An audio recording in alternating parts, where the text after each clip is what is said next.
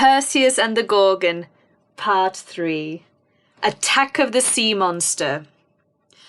The moment he left the cave, Perseus was blasted by a gale that nearly swept him from his feet, and the storm only grew stronger as he struggled back towards the coast. Icy rain lashed against his face, and fierce winds threatened to tear the bag from his hands. But he held on tight, feeling the snakes on Medusa's head wriggle inside. He was well on his way when he saw a crowd gathered at the top of a cliff in the distance, staring out to the stormy sea. Perseus was baffled. What on earth could be going on? Then he spotted a beautiful young woman at the bottom of the cliff, being chained to the rock by some soldiers. She stared solemnly ahead, patiently letting them bind her. With one glance at her face, Perseus fell in love. High above the woman, a man stood surveying the scene. He looked heartbroken. Behind him huddled a nervous crowd. Perseus didn't know it, but this was the day of Andromeda's sacrifice to the sea monster. Perseus watched. A dark shape rose from the depths of the sea. "Cetus!" screamed the crowd, and a monster appeared through the waves. The monster's long fangs flashed in a streak of lightning as it swam forward. It had seen Andromeda, and it was hungry. Perseus didn't know who they were, but he knew he could rescue the girl. He reached for his bag, feeling Medusa's head inside. If he could just get this terrifying creature to look at the snakes, maybe. Charging from the edge of the cliff, he leapt from the end. He fell and fell, landing hard on the monster's back. He gripped the cold, scaly body between his legs and held on tight. Then, with a cry, he plunged his sword into Cetus's shoulder. The monster's roar was louder than thunder. It thrashed and rolled, trying to shake Perseus off.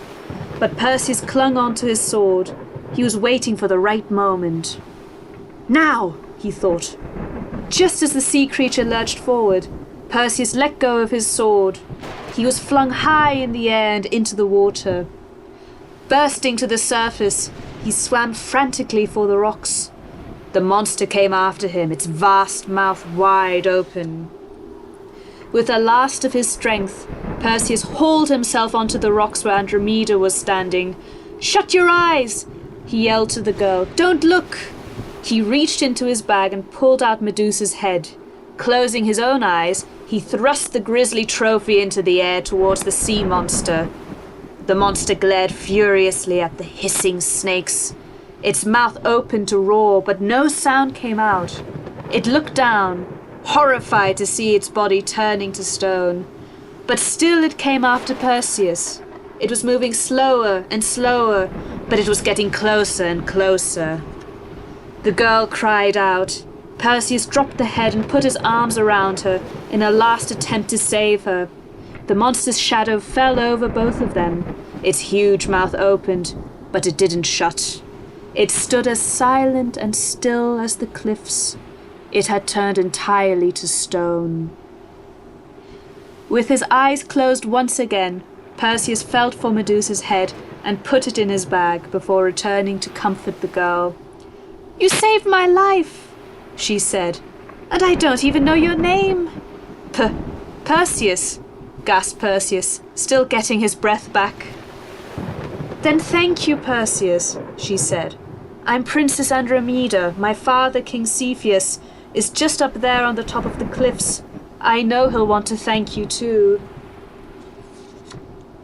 As Perseus helped Andromeda up the cliff, the villagers roared and cheered in delight. King Cepheus beamed when he was introduced to Perseus. "You must come back to the palace and celebrate with us," he said, giving Perseus a friendly pat on the back. "I would love to, sir," said Perseus, gazing at Andromeda, "but I have some unfinished business to attend to first." "Well, come as soon as you can," said the king. "I'll be waiting for you." With one last look at Andromeda, Perseus headed off for the palace of King Polydectes. His mother gave a cry of relief when she saw him enter the throne room. Perseus gave her a quick smile as he strode right up to King Polydectes and withdrew the Gorgon's gruesome remains from the bag. The king was astounded to see Perseus return with Medusa's head, but he didn't say a word. He had leapt from his throne and now stood still in silence. Totally still, as and cold as a statue. And that, my dear sixth graders, is the end of the story of Perseus and the Gorgon.